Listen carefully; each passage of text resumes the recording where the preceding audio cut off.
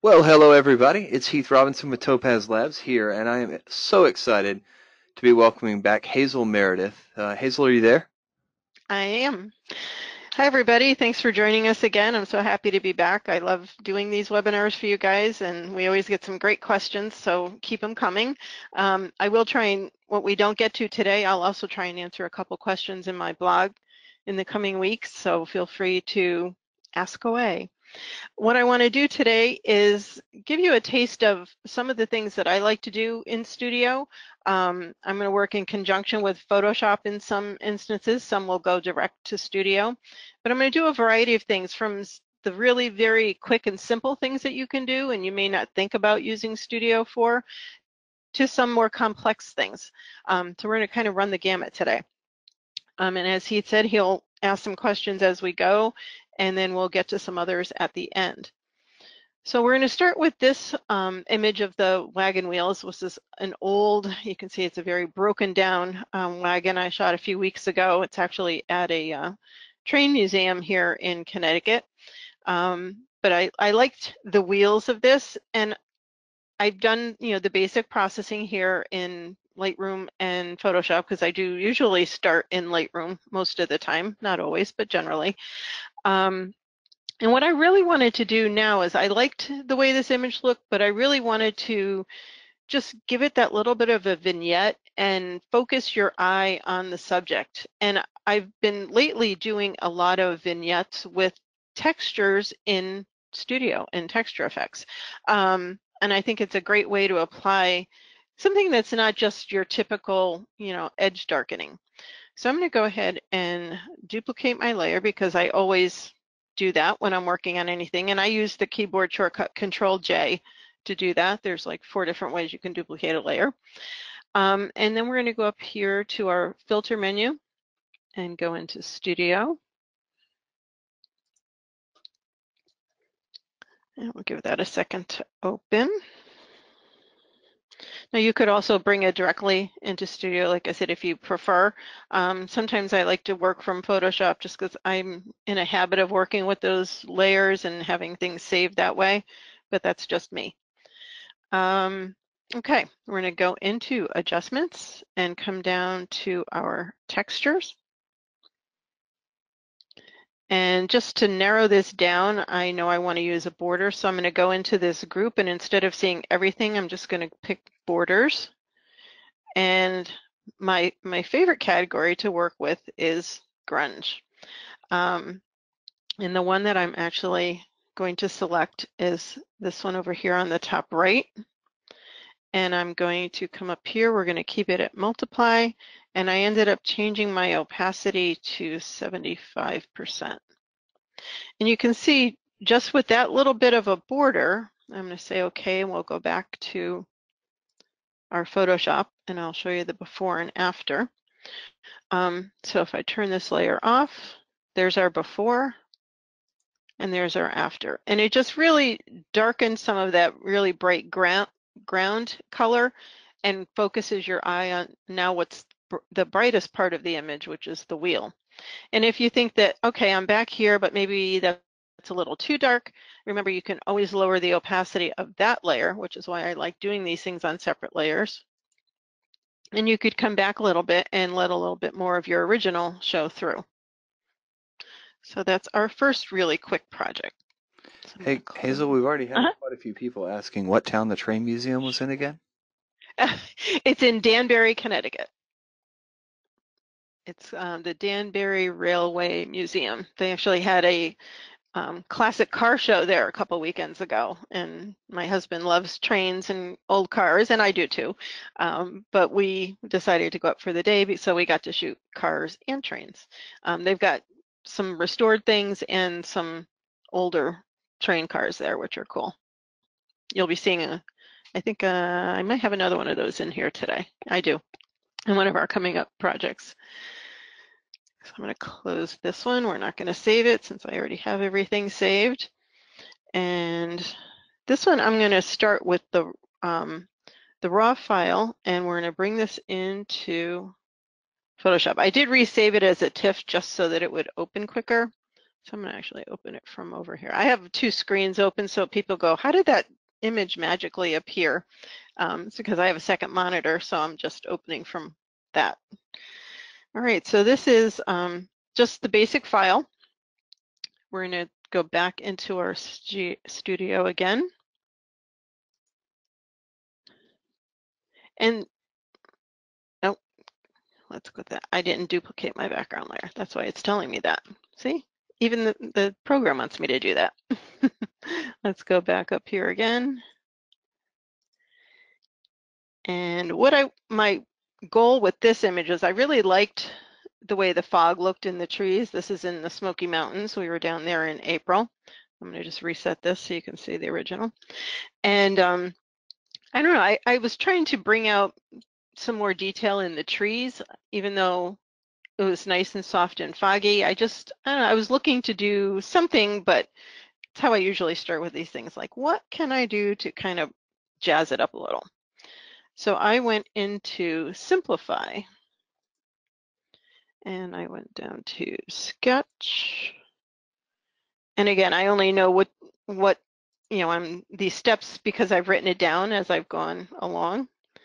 And definitely I do change my mind as I'm trying these projects. And I went to Pencil Light 2. Now this is going to look really weird, but that's okay. And I'm going to say okay because I'm going to bring this layer back into Photoshop, and then we're going to play with it some more. So here we have our original, and we have this other layer that we just created. And what I'm going to do is play with the blending modes of this layers. And what the blending modes do, if you haven't done this before, this is how I work with textures as well, is it's changing how these two layers interact with each other, how this top layer blends with the one below it. So we have a group that, darken things, lighten things, control the contrast, and those are the ones I usually use the most. So for this one, I went with soft light, and I like it at the 100% opacity. And you can see my before. What I did was really brighten this image a little bit. And it did make the trees pop a little bit more. And then as I continued to play around, I tried changing the blending mode to linear burn and get a totally different look and make it kind of like a dark and spooky kind of forest now. Instead of bright and light, now we're dark and eerie. So, but just something as simple as changing a blending mode can give you a different look to your images as well. So that's number 2. So I'm going to close this one. And so some of these are real quick and easy, and some we're going to get into doing a little more complicated stuff. So the next one, I'm going to open up Studio. Okay. So I'm going to bring in, and what I'm doing again, I'm dragging from my screen over on the right and dragging it right into the workspace. You can also do File Open and just search for your image there if you prefer. So this one has a few tweaks I think I did in Lightroom, but I haven't done a whole lot to this yet. So I'm going to start with basic adjustments. And I'm going to change, because I have these numbers written down, I'm just going to type them in for speed. Clarity, 38. Black level, minus 0.05, just a little bit there. White level, 0.78. And I up the saturation a little to 0.23. So you can see the white level brightened it a little. We brought up the greens a little more, and it really was that bright green. It was this was in April, that bright, pretty spring bright green that you get. So I'm going to hit apply. And this is part of my workflow. Not everybody likes to do the apply all the time. I don't know, to me, it's kind of like applying it to a layer, even though they're not true layers. It gives me the steps down here. If I decide I want to back up one, it makes it easy to do that. So the next thing I wanted to do was use the healing tool, and I want to get rid of this rock here and these couple little sticks down here were kind of bothering me a little. So I'm going to make my brush a little bit smaller, and we're just going to go right over that. and get rid of that. And that one takes a few seconds to catch up. Come on. There it goes. And this little guy over here. And I also got rid of this little bright spot in the shadows there. And we're just going to say done. And then I'm going to come over here to Studio. And I'm going to go to Landscape. And this one was actually one of the public presets that I found. So I'm going to type it in and find it again. So it's, click that. I'm going to type in oil painting classic. And that was the one that I liked. And there it goes. So I thought it gave it, you know, that little bit more painterly look, but I really liked the way it brought out all of the texture and depth kind of in that image. So we're going to apply that. And then I also went in and added another border to this one. So we're going to go into adjustments, texture again. And I used, let's go to borders, 2, 3, 4, 5, 6th one down. And this one I'm going to leave it multiply and change the opacity to 0.63. Again, just really wanted to darken those edges a little bit. Now I know you're hitting the apply. We always get asked why do you apply in Studio when you're clicking on different effects? Sometimes I've noticed, especially if I'm using a preset and you don't apply it and you want to use another preset, it kind of erases the first one that you did. So by hitting apply, that way I can apply a second preset and not lose what I've already done. So that's why I like to do that. To me, it's kind of like, and then if I get to this step and I'm playing around and I go, don't remember what I did and I really don't like it, I could easily just X that one so I don't save and be back a step and start over again. So I just find that an easy way to work. But like this one, I have the preset here. So if I wanted to, nope, not close that, let's close up.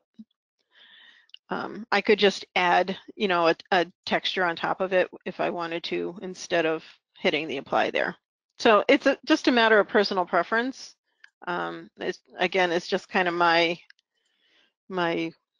workflow, but whatever works for you is always perfectly fine. I always say there's never a right or wrong way. It's whatever gets you where you want to go. Yeah, thanks. Okay, and so that would be our here. We could then save that. I already have them saved, so I'm not going to save it right now, but to save this last one, we would just go to File, Save As. You can rename it if you wish, tell it where on your computer you want to save it. And I always save it at the 16-bit sRGB and then just say OK. And you have the option of saving it as a TIFF, a PNG or JPEG, or a Topaz Studio file, which is a good thing. If you've done several steps, then it will reopen those steps when you go back into Studio with it, if you wanted to work on it some more. All right, so I'm just going to close these for now.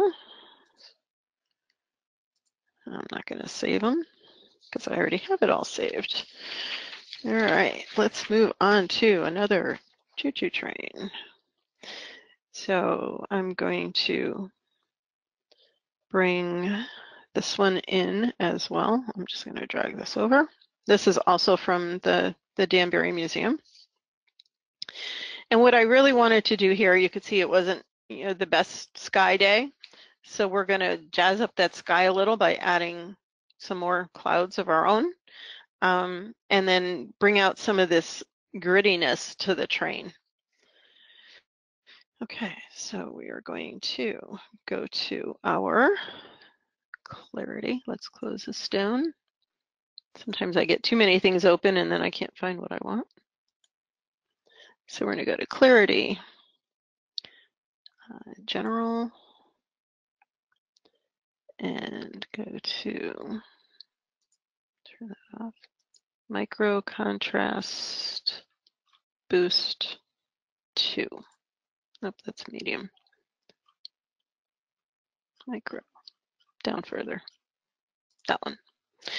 Okay, you can see right there how much, like grittiness that brought that out. So there's the before and there's the after. It made the shadows brighten up a little bit, brought out a whole lot of that detail in that train, so it looks more like what it really looked like in person. So I'm going to apply that one. And now I'm going to come over to detail.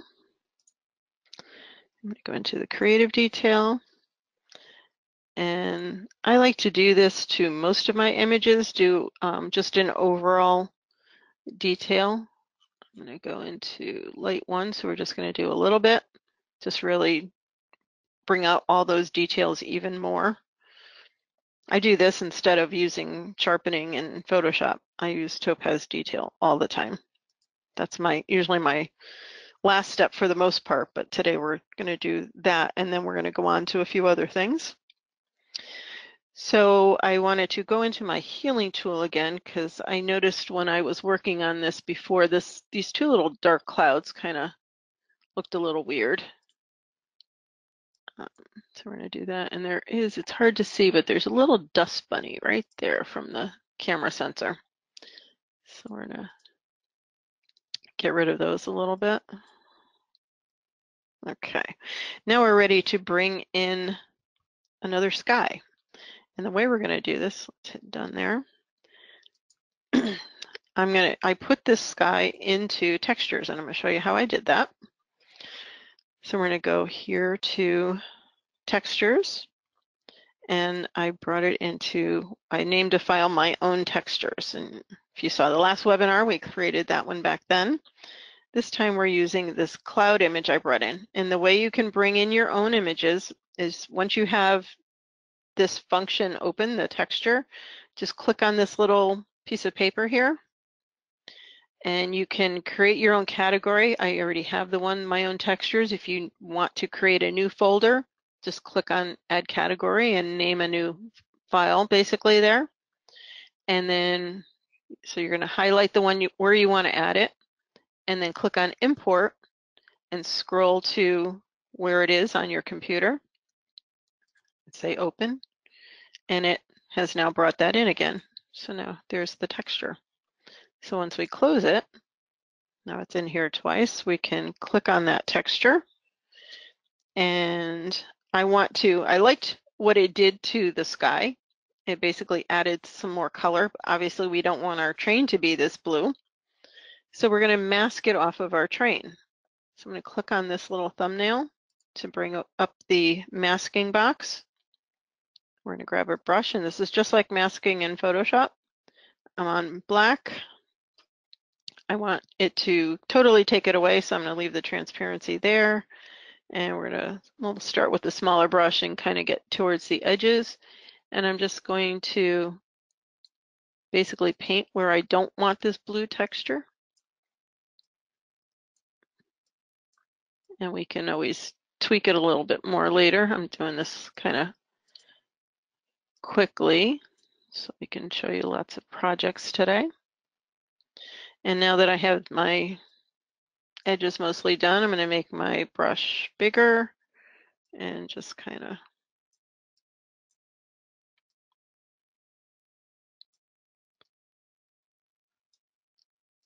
get rid of this that way. Come on. Program can't keep up with me.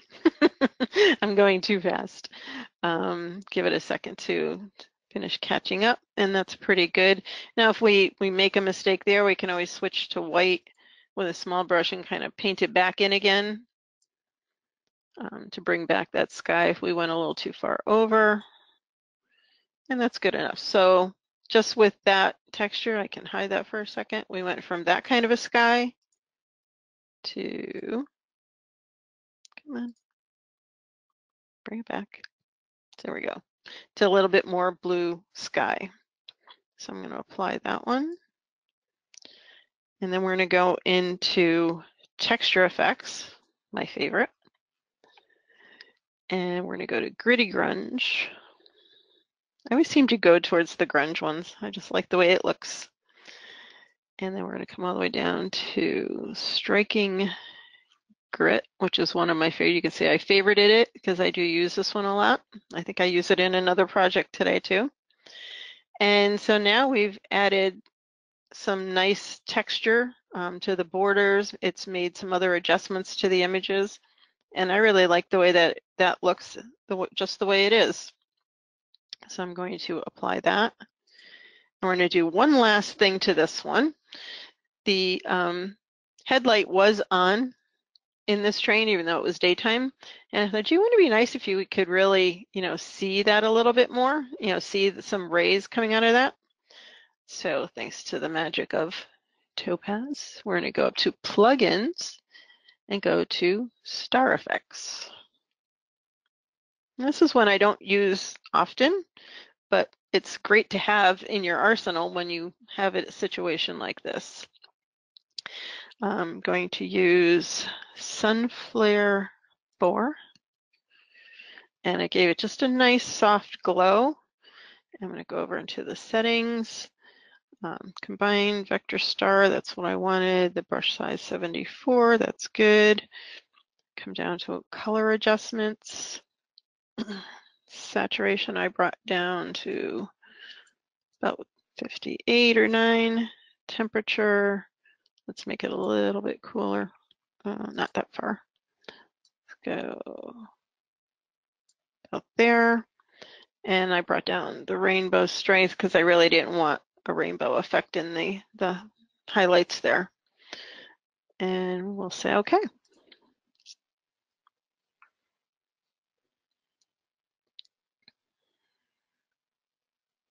There we go. And voila. So you can see before the effect in there, and there it is with that. I think that looks so much better than just that little light bulb sitting in the middle. So then we would go ahead and save this one, and we're all set. And if you decided, if you didn't like the color of this border, you could go back and you could finesse the different steps in here, and go into each of the textures and tweak those. So that's why I like to save these, because then sometimes I want to go back and, well, maybe I want to change something after the fact. So I still have these steps there and I can do that. So I'm going to go ahead and close all of these. Okay, this one's going to be a little more complicated. I'm going to close Studio because we're going to start in Photoshop. It's actually another train. Today's train day, I guess. I'm going to open this one into Photoshop. This one is not in Danbury, Connecticut. This is the Strasburg Railroad in Pennsylvania. It's in the middle of Amish country. So what I wanted to do with this one, and I'll show you what we're going to end up with. Let's see if I can just drag this over. Hide that layer. Come on, thinking about it. That's what we're going to end up with. We're going to do an out of bounds effect. So we're going to delete this layer, and I'll just do that. Drag that. Okay. So this is where we're going to start. And I was playing around with this, thinking how I could do something like this using the frames in Studio. So first we're going to start by deciding what part of this image we want it to be the old photograph and have the frame around it. So with using just my cropping tool, I'm going to make a selection here. And I have done this a couple times to kind of figure out where I wanted to be. The first time I did it, the line was a little further over, and I decided I wanted more of the front of the train kind of coming out of the image. So I'm just going to crop this, and then we're going to edit this in Studio. So this one's kind of a multi-step process. Oh, I forgot to duplicate my layer again. Filter. Dave always yells at, I hear him in the kitchen. Anytime I'm teaching, I always tell everybody else to duplicate their background layers so that we keep our original there, and then I'm the one who forgets to do it. And for some reason, that black and white texture keeps wanting to pop up here, so I just reset that. So we're going to go into our digital frame, and we're going to change the frame. First, I'm going to change my matte to just white. So I'm going to just use a color. And I want the width to be 0.06. And we're going to go back to the frame. And I also want to just use a color. And we're going to leave it at black. And then we're going to do some adjustments here. The size, let's go back up here, frame size 0.08. And then ratio 0. And the depth 0.79. And then I'm going to come down to my shadow strength 0.33. The inner width 0.5. Inner strength 0.25. Outer edge 0.39. Oh, 19. And 0.20. And so basically we've just made a white frame, so it looks like, you know, a photograph with a white border. So we're going to just say OK to come back to Photoshop with this. And there is our image. So now we would save this. So let's do a file, save as. And I'm just going to name this crop webinar since I have another one there. And it doesn't matter if it's a TIFF or a JPEG. Either one will work. And we're just going to leave that there for a second. Now we're going to reopen our original full image. So we're going to open that one back up. And now I'm going to use my move tool, and I'm going to grab that one and separate it. This is the one we just cropped. And we're going to grab this and drag it over top of that one. And then we can close this file. So now what we want to do is get these two kind of line up.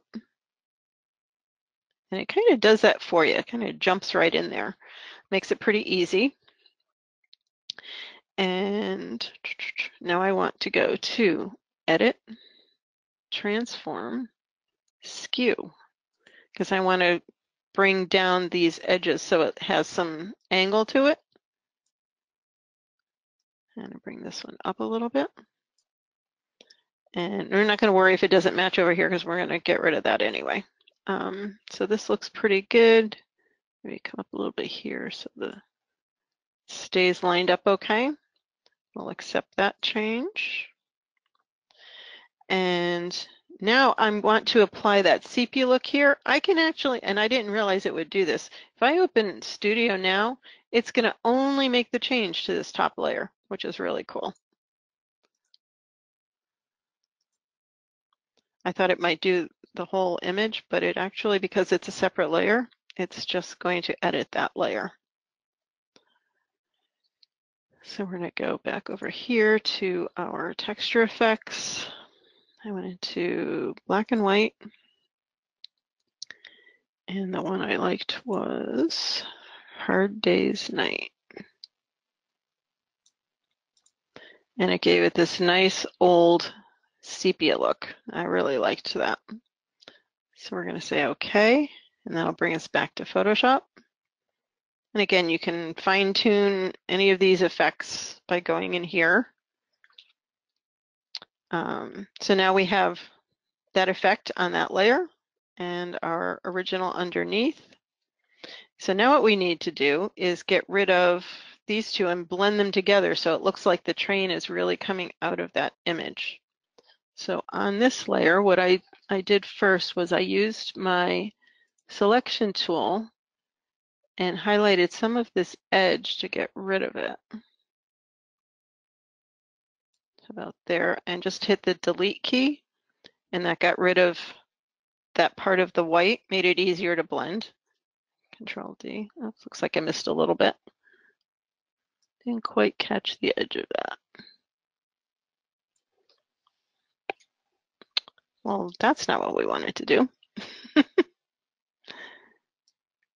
what happens when you hurry. There we go. Okay. So now we get rid of that white edge. I'm going to add a layer mask. I'm going to grab my brush. It's black. It's a soft round brush. And I'm just going to start masking part of this old picture so that they look like they're blending together.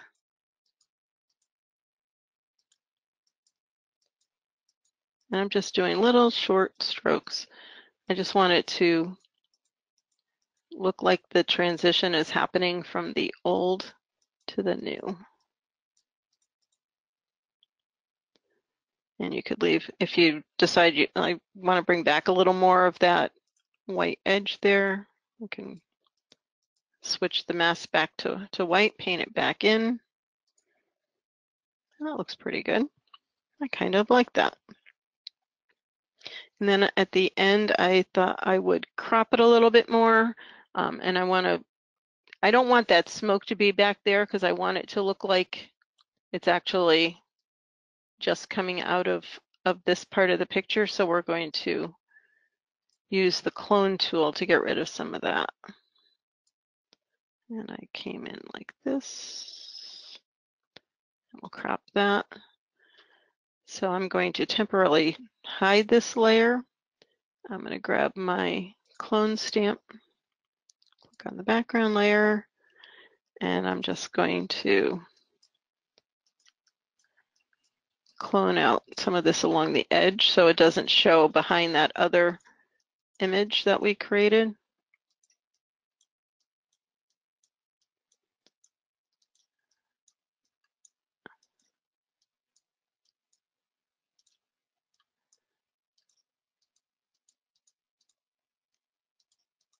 And I'm also going to, let's make our brush a little bit smaller. Going to kind of get rid of some of this, clone down the sky, just so it looks like the hillside there, and we don't have the train actually showing. We'll turn this back on. There we go. We can play with that a little more if we need to. So we really wanted the train to just look like it's coming out of the picture and not be in the background. And again, you could, clean it up, make sure you've cloned everything properly if you're doing that. And there you go. From the past to the present. So I thought that was kind of a fun project. At first, I wasn't sure if I really liked it, and I put it on Facebook, and everybody really seemed to like it. So I thought I would share it with you guys. So it's just one more way you can do something creative with Studio and utilize a bunch of different things and just have fun with your images. That is really cool. Thanks. All right, so let me close that one. And I got a couple more here for you. How are we doing on time? 5:38. Okay. I'm going to do one more, and then I'm going to show you real quick the new AI Clarity was released today. Heath, you want to tell us a little more about that while I'm opening this one up? Well, it's AI Clear, just a little. Clear. I'm sorry. A lot of Yep. people have been doing that. So, I know, because that's what it does, is yeah. clarity. We released AI Clear, and what it is it is a artificial intelligence program that does noise reduction and image sharpening of your subjects. It's a great way to tools like denoise, of course, have a whole array of applications, and there's a lot of manual control. But using denoise, if you're not as proficient, can take a lot of time, and it has kind of a steep learning curve. AI Clear gets rid of all of that, and it's basically a one-click solution. There are some options you can apply, like a strength, but what it does is the minute you apply it, it will process using a custom artificial intelligence algorithm that we've built. It's not even an algorithm, it's a full neural network that analyzes your image, detects any noise in your image, and detects edges, and will remove the noise and sharpen the edges. It's basically just a great little auto enhancement. Well, I say little, there's actually a lot going on. As Hazel will show you, since you're now, go ahead and open it up. Yeah. I'm going to show you this image real quick, and then we're going to get to the concert image that I want to show how well that new program works on it. It was one that I tried perfecting years ago with Photoshop and didn't come out as good as I wanted it to, but I was impressed with what AI Clear did to it. So just one more really kind of quick thing here. You know, I love my textures and my grungy look, so we're going to do a little more of that here. This one kind of screamed for just more grunge. It was this old house. This was somewhere in Virginia off of I-81 on our way south with our friends a couple of years ago. We actually saw a barn that we pulled off for and found this old house right next to it. I was like, well, bonus. So we're going to, I've opened up Studio, and I'm going to go over here to, we're in detail, creative detail. And this one I'm going to type in because it was a, well, let's see if I can find it. It was a public one. And if you haven't tried turning on this public button yet, there are so many cool presets in here that people have created and saved. I know my husband, Dave, has been playing with a bunch of stuff, and he has a whole slew of things he's been saving in here. There's some really, really cool stuff to do. So I'm going to actually, to make this quicker, I'm going to type it in since I know what it is. Black, white, accent. And there it is. So I really thought that just brought out lots of detail, but I didn't want it to be a black and white. So what we're going to do is come over here, and I'm going to lower the opacity of this whole effect from full strength to 50%. So I've got a little bit of the color still showing through from the old image or the original image, and then we've added some of this like grungy stuff. So here's the before, and there's the after. Again, I love to bring out the textures in things.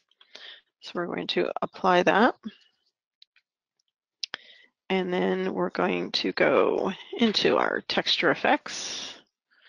And I'm again going to use that, actually that same one, that striking grit, because I do love it so much. And I just happened to pick it. It worked well with this image as well. Sometimes you have to turn that off to be able to see the others. Come on, there it is. And we added a lot more drama to it now. And I did go in and make a few tweaks. In the first texture here, I upped the opacity of that one a little to make it darker. And the second one, which is the border, I also changed this opacity to 0.70. So I really wanted to darken those edges with that one. We're going to apply that. And we're going to add another texture. We're going to go into our textures, and we're going to use the soft grunge this time. And I wanted this one. And we're going to change the blending mode to multiply to darken it. And then lower that just a little to 35%. And voila, we went from that to that. So it definitely has that spooky house look, which is what I was going for with that particular image. All right, so let's close these, and I will show you the new one. Don't save. All right, so I'm going to bring over this image. This was taken at the Grand Ole Opry, as you can see, a couple of years ago. This is Chris Janson, who just got inducted to the Country Music Hall of Fame a few months ago. And if you look at this image, I'm going to, let's go 100%. You can see it's not super duper sharp. It's not perfect. I was sitting towards the back using a 70 to 200 2.8 lens handheld. And there is some, I don't know if it shows up well to you, but I can see lots of noise in this curtain in the background. So we're going to go into our adjustments. And here is the new AI Clear. And it's going to do its thing for a few seconds, and it's pretty darn amazing. This one takes a little bit longer to process because it's doing so much to it in the background. And then I went to high, and I did make a few other adjustments.